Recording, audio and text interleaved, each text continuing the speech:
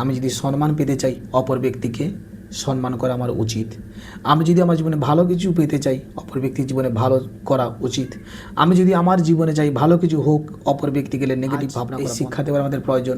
Bible আমাদের এই কথা বলে যে আজ্ঞা আমি তোমাদেরকে দেই, সে আজ্ঞা তোমাদের অঙ্গুলিতে লিখে রাখো। তোমাদের সন্তানদেরকে গাত্রস্থান যখন স্নান করাও, তখন শয়নস্থানে, তখন তোমরা আহারের সময়, পথে চলতে চলতে যখন তোমরা বসছো, তখনও যেন আমার আজ্ঞা তোমরা তোমার সন্তানদের মাঝে তোমরা বিলিয়ে দাও। তাই আমার প্রিয় যতজন তোমরা দেখছো, গার্জেন তোমরা দেখছো, বা শিশু সন্তান আমাকে দেখছো, যে কেউ দেখছো, পরমেশ্বরের বাণীকে তোমরা সর্বক্ষণ তোমাদের জীবে রাখো এবং প্রভু যে শিক্ষা দেয়, প্রভু যে আজ্ঞা দেয়, এই আজ্ঞা তোমরা অবিরত তোমাদের জীবনে পালন করা। দেখো পরমেশ্বর তোমাদের জীবনকে পরিবর্তন করবে।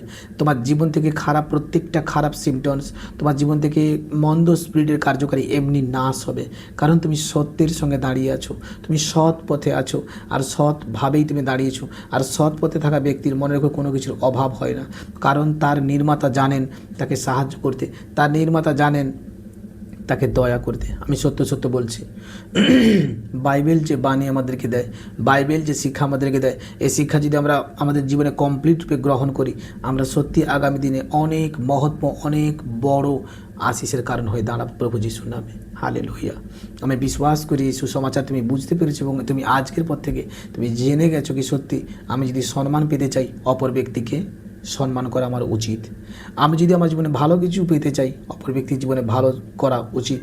আমি যদি আমার জীবনে চাই ভালো কিছু হোক, অপর ব্যক্তি গেলে নেগেটিভ ভাবনা করা বন্ধ করো, সুচিন্তা করো, আর দেখো প্রভু তোমাদেরকে ব্লেসিংস দেবে, প্রভু তোমাদের জীবনে বড় মহিমা করবে।